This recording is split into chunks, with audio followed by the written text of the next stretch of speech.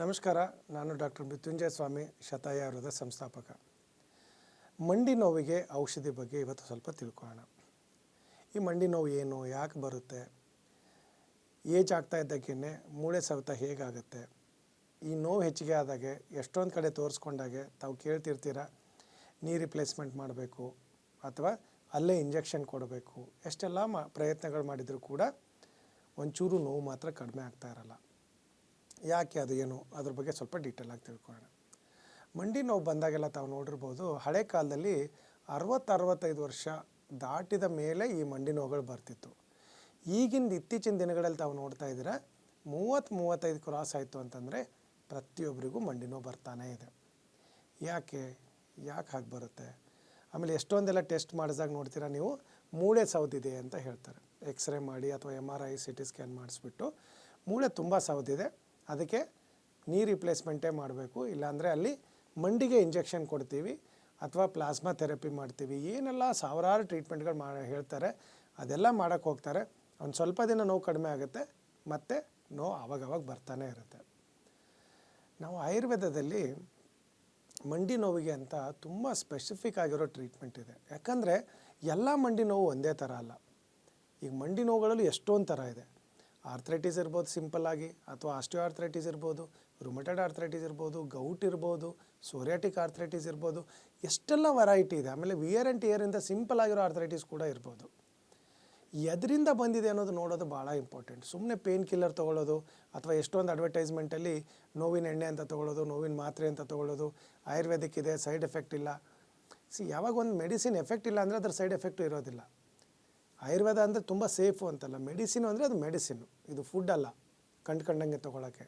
So first of all ತಿಳ್ಕೊಬೇಕು ಮಂಡಿ ನೋವು ಯಾಕೆ ಬರ್ತದೆ. ಯಾಕಂದರೆ ತುಂಬ ಜನರಲ್ಲಿ ಈ ಇನ್ಫೆಕ್ಷನಿಂದ ಇರೋದು ರುಮಟೆಡ್ ಆರ್ಥ್ರೈಟಿಸ್ ಇರ್ಬೋದು, ಗೌಟಿ ಆರ್ಥ್ರೈಟಿಸ್ ಇರ್ಬೋದು, ಅಥವಾ ಆಸ್ಟಿಯೋ ಆರ್ಥ್ರೈಟಿಸ್ ಇರ್ಬೋದು, ಎಷ್ಟೆಲ್ಲ ವೆರೈಟಿ ಇದೆ ಅದರಲ್ಲಿ. ಬಟ್ ನಿಮಗೆ ಯಾಕೆ ಬಂದಿದೆ? ಕ್ಯಾಲ್ಶಿಯಂ ಡೆಫಿಷಿಯನ್ಸಿಂದ ಬಂದಿದೆಯಾ, ವಿಟಮಿನ್ ಡಿ ಡೆಫಿಷಿಯನ್ಸಿಂದ ಇದೆಯಾ, ಅಥವಾ ನರ್ವೈನ್ ವೀಕ್ನೆಸ್ಸಿಂದ ಬರ್ತಾ ಇದೆಯಾ, ಅಥವಾ ಬೋನಲ್ಲಿ ರಿಯಲಿ ವಿಯರ್ ಆ್ಯಂಡ್ ಟಿಯರ್ ಆಗಿದೆಯಾ, ಅದು ನೋಡೋದು ತುಂಬ ಇಂಪಾರ್ಟೆಂಟು. ಎಷ್ಟೊಂದು ಜನ ಬರ್ತಾರೆ ನಮ್ಮ ಹತ್ರ, ಸಿಂಪಲ್ 1 ವಾರ 2 ವಾರ ಟ್ರೀಟ್ಮೆಂಟ್ ಕೊಟ್ಟರೆ ಲೈಫ್ ಲಾಂಗ್ ನೆನೆಸ್ಕೊಳ್ತಾರೆ. ಅವ್ರು ಅದೇ ಹೇಳ್ತಾರೆ, ಡಾಕ್ಟ್ರ್ ನಿಮ್ಮ ಹತ್ರ 2 ವಾರ ಬಂದಿದ್ದಕ್ಕೆ ನಾನು ಸರ್ಜರಿ ಅವಾಯ್ಡ್ ಮಾಡಿಬಿಟ್ಟೆ, ಇಲ್ಲ ಡಾಕ್ಟ್ರು ಎಮರ್ಜೆನ್ಸಿ ಸರ್ಜರಿ ಮಾಡಲೇಬೇಕು ಅಂತ ಹೇಳಿದರು, ಮೂಳೆ ಅಷ್ಟು ಸೌದಿದೆ, ಮೂಳೆ ಇಷ್ಟು ಸೌದಿದೆ ಅಂತೆಲ್ಲ ಹೇಳಿದರು. ಯಾಕಂದ್ರೆ ನಾನು ಮೆಜಾರಿಟಿ ಕೇಸಲ್ಲಿ ನೋಡ್ತಾ ಇದ್ದೀನಿ.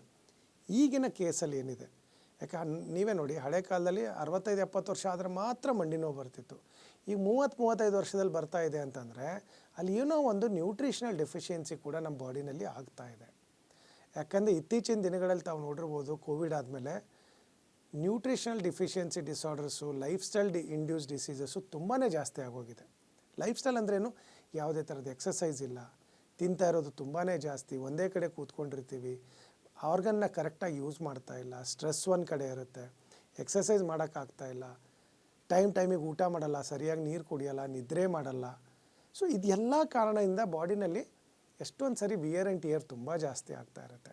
ಸೊ ಹಾಗಾಗಿ ಮಂಡಿ ನೋವು ಬಂದ ತಕ್ಷಣ ಸಡನ್ನಾಗಿ ಅದಕ್ಕೆ ಅಲ್ಲೇ ಇಂಜೆಕ್ಷನ್ ಕೊಡೋದಾಗಲಿ, ಅಥವಾ ಪ್ಲಾಸ್ಮಾ ಥೆರಪಿ ತೊಗೊಳೋದಾಗಲಿ, ಅಥವಾ ಸರ್ಜರಿ ಮಾಡೋದು ಒಂದೇ ಸೊಲ್ಯೂಷನ್ ಅಲ್ಲ. ಸಿಂಪಲ್ಲಾಗಿ ಎಷ್ಟೊಂದು ಸರಿ ಏನಾಗುತ್ತೆ, ಎಷ್ಟೊಂದು ಸರಿ ಮಗು ಅಳುತ್ತೆ, ಅದಕ್ಕೆ ಯಾವಾಗಲೂ ಹಸಿವಾಗಿರಲ್ಲ, ಅದಕ್ಕೆ ಅಮ್ಮನೊಂದು ಅಟೆನ್ಷನ್ ಬೇಕು, ಆ ಪ್ಯಾಂಪರಿಂಗ್ ಬೇಕು. ಅದೇ ಥರ ಎಷ್ಟೊಂದು ಸರಿ ಜಾಯಿಂಟ್ಸು ಅವಕ್ಕೆ ಆಯಾಸ ಆದಾಗೆ ಅವಕ್ಕೆ ಒಂದು ಸ್ವಲ್ಪ ಪ್ಯಾಂಪರಿಂಗ್ ಬೇಕು, ಅವಕ್ಕೆ ಒಂದು ಸ್ವಲ್ಪ ಮಸಾಜ್ ಮಾಡೋದಾಗಲಿ, ಅಥವಾ ಅವಕ್ಕೆ ಸರ್ಕ್ಯುಲೇಷನ್ ಇಂಪ್ರೂವ್ ಮಾಡ್ತು ಅಂತಂದರೆ ಎಷ್ಟೊಂದು ಸರಿ ಆಟೋಮೆಟಿಕ್ ರಿಪೇರ್ ಆಗಿಬಿಡ್ತಾವೆ. ಅವು ಬಾಡಿನಲ್ಲಿ ತುಂಬ ಸ್ಟ್ರಾಂಗ್ ಆಗಿರೋ ರಿಪೇರ್ ಮೆಕ್ಯಾನಿಸಮ್ ಇದೆ. ಸೊ ನೀವು ಪ್ರತಿಯೊಂದಕ್ಕೂ ಕೂಡ ಮೆಡಿಸಿನ್ನೇ ತೊಗೋಬೇಕು, ಟ್ರೀಟ್ಮೆಂಟ್ಗೆ ಹೋಗಬೇಕು, ಅಥವಾ ಸರ್ಜರಿನೇ ಮಾಡಿಸ್ಕೋಬೇಕು ಅಂತಲ್ಲ. ಸಿಂಪಲ್ ರೆಮಿಡೀಸ್ ಮಾಡ್ತು ಅಂದರೆ ಸಾಕು. ಎಷ್ಟೊಂದು ಸರಿ ನೋಡಿದ್ದೀನಿ ನಾನು, ಕ್ಯಾಲ್ಶಿಯಂ ಡೆಫಿಷಿಯನ್ಸಿ ತುಂಬ ಜಾಸ್ತಿ ಇರುತ್ತೆ, ವಿಟಮಿನ್ ಡಿ ಡೆಫಿಷಿಯನ್ಸಿ ತುಂಬ ಜಾಸ್ತಿ ಇರುತ್ತೆ. ಇದೆರಡು ಸರಿ ಮಾಡಿಬಿಟ್ರೆ ಸಾಕು, ನಿಮಗೆ ಜಾಯಿಂಟ್ಸ್ ಪೇನೇ ಬರೋದಿಲ್ಲ, ಅಷ್ಟು ಎಫೆಕ್ಟಿವ್ ಟ್ರೀಟ್ಮೆಂಟ್ ಇರುತ್ತೆ. ಎಷ್ಟೊಂದು ಸರಿ ಏನಾಗುತ್ತೆ, ಏನೋ ಕಾಲು ಉಳ್ಕೋಗಿರುತ್ತೆ, ಅದು ಲಾಂಗ್ ಟರ್ಮ್ವರೆಗೆ ನೀವು ಟ್ರೀಟ್ಮೆಂಟ್ ಮಾಡಿರಲ್ಲ, ಅದು ಅಲ್ಲಿ ಇದು ಆಗಿಬಿಟ್ಟು ಸ್ಟ್ರೇನ್ ಆಗಿ ಸ್ಪ್ರೇನ್ ಥರ ಆಗಿಬಿಟ್ಟು ಅಲ್ಲೊಂದು ಟೈಟ್ನೆಸ್ ಬಂದಿರುತ್ತೆ, ಆ ಟೆಂಡೋನ್ ಆಗಲಿ ಮಸಲ್ ಆಗಲಿ. ಅದನ್ನು ಸಿಂಪಲ್ಲಾಗಿ ಒಂದು ಸ್ವಲ್ಪ ರಿಲ್ಯಾಕ್ಸ್ ಮಾಡಿದರೂ ಸಾಕು, ನಿಮಗೆ ಲೈಫ್ ಲಾಂಗ್ ಮಂಡಿ ನೋವು ಬರಲ್ಲ. ಸೊ ಇಂಥ ಎಲ್ಲದಕ್ಕೂ ಕೂಡ ಏನು ಮಾಡ್ತಾರೆ, ಈ ಮೆಡಿಕಲ್ ಸೈನ್ಸಲ್ಲಾಗಲಿ ಬೇರೆ ಕಡೆ ಆಗಲಿ, ಇಮಿಡಿಯೇಟಾಗಿ ಸರ್ಜರಿ ಮಾಡೋಣ, ಇಲ್ಲಾಂದರೆ ಇದಕ್ಕೆ ಒಂದು ಅಲ್ಲೇ ಒಂದು ಇಂಜೆಕ್ಷನ್ ಕೊಡೋಣ, ಅಥವಾ ನೀವು ಲೈಫ್ ಲಾಂಗ್ ಈ ಮೆಡಿಸಿನ್ ತೊಗೊಳ್ತಾ ಇರಬೇಕು ಅಂತ ಹೇಳೋದು ತುಂಬ ಕಡೆ ನೋಡಿದ್ದೀರ.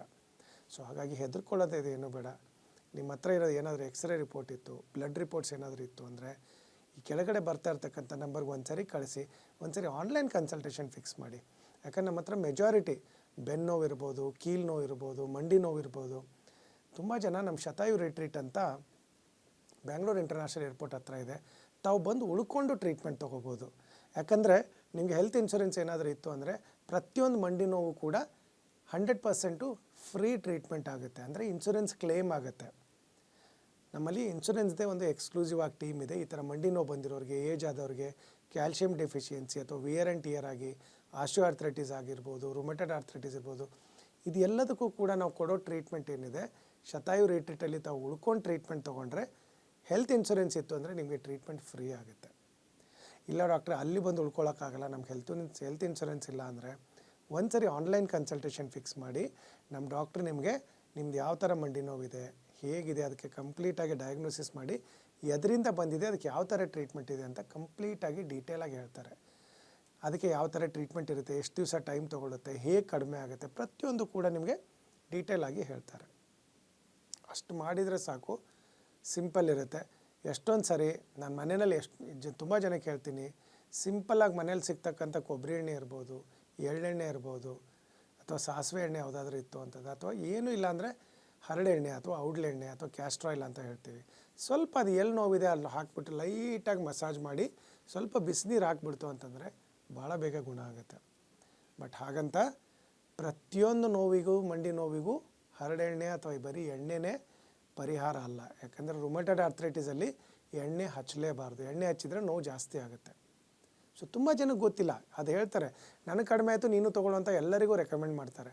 ಅವರೆಲ್ಲ ಹಚ್ಚಕ್ಕೆ ಹೋಗಿದ್ರೆ ಅವ್ರದ್ದು ನೋವು ಜಾಸ್ತಿ ಆಗುತ್ತೆ. ಅವಾಗಂತಾರೆ ಆಯುರ್ವೇದ ನನಗೆ ಸೆಟ್ ಆಗೋದಿಲ್ಲ ಅಂತ. ಹಾಗಲ್ಲ, ಅವ್ರದ್ದು ಕೀಲು ನೋವು ಬೇರೆ ಥರ ಇರುತ್ತೆ. ಅದನ್ನು ಡಯಾಗ್ನೋಸ್ ಮಾಡಿ ಸರಿಯಾಗಿ ಟ್ರೀಟ್ಮೆಂಟ್ ಕೊಟ್ಟು ಸರಿಯಾದ ಆಯಿಲ್ ಅಪ್ಲೈ ಮಾಡೋಕ್ಕೆ ತಮ್ಮ ಕೊಡ್ತು ಅಂದರೆ ಜೀವನ ಪರ್ಯಂತ ಬರಲ್ಲ. ನ್ಯೂಟ್ರಿಷಲ್ ಡೆಫಿಷಿಯನ್ಸಿ ಅಂದರೆ calcium deficiency, vitamin D deficiency ಅಂತ, ವಿಟಮಿನ್ ಇ ಇರ್ಬೋದು, ಅಥವಾ ಜಾಯಿಂಟಲ್ಲಿ ಇದು ನಮಗೆ ಲೂಬ್ರಿಕೇಷನ್ ಏನಾದರೂ ಕಡಿಮೆ ಆಯಿತು ಅಂದರೆ ಅದಕ್ಕೆ ಬೇರೆ ಥರ ಟ್ರೀಟ್ಮೆಂಟ್ ಇದೆ. ಬಟ್ ಏನು ಅಂದರೆ ಯಾವುದೇ ಥರದ ಮಂಡಿ ನೋವು ಇರಲಿ, ಪ್ರತಿಯೊಂದಕ್ಕೂ ಕೂಡ ಶತಾಯುನಲ್ಲಿ ಟ್ರೀಟ್ಮೆಂಟ್ ಇದೆ. ತಮಗೆ ನೋವಿತ್ತು ಅಂದರೆ ಒಂದ್ಸರಿ ಕೆಳಗಡೆ ಬರ್ತಾ ಇರ್ತಕ್ಕಂಥ ನಂಬರ್ಗೆ ನಿಮ್ಮದೆಲ್ಲ ರಿಪೋರ್ಟ್ಸ್ ಕಳಿಸಿ ಒಂದು ಆನ್ಲೈನ್ ಕನ್ಸಲ್ಟೇಷನ್ ಫಿಕ್ಸ್ ಮಾಡಿ. ಬೆಂಗಳೂರಲ್ಲಿ 16 ಕಡೆ ನಮ್ಮ ಕ್ಲಿನಿಕ್ ಇದೆ, ಯಾವುದಾದ್ರು ಒಂದು ಕ್ಲಿನಿಕಲ್ಲಿ ಹೋಗಿ. ಇಲ್ಲ ನಮ್ಗೆ ಬರೋಕ್ಕಾಗಲ್ಲ ಅಂದರೆ ಆನ್ಲೈನ್ ಕನ್ಸಲ್ಟೇಷನ್ ಮಾಡಿ. ಇಲ್ಲ ಡಾಕ್ಟ್ರೆ ಹೆಲ್ತ್ ಇನ್ಶೂರೆನ್ಸ್ ಇದೆ, ನಾವು ಬಂದು ಉಳ್ಕೊಂಡೇ ಟ್ರೀಟ್ಮೆಂಟ್ ತೊಗೊಳ್ತೀವಿ ಅಂತಂದರೆ ಅದನ್ನು ಕೂಡ ತಾವು ಮಾಡ್ಬೋದು. ನಿಮಗೇನಾದ್ರು ಮಂಡಿ ನೋವಿತ್ತು ಅಂದರೆ ಒಂದ್ಸರಿ ಫೋನ್ ಮಾಡಿಬಿಟ್ಟು ಮಂಡಿ ನೋವನ್ನು ಗುಣಪಡಿಸ್ಕೊಳ್ಳಿ.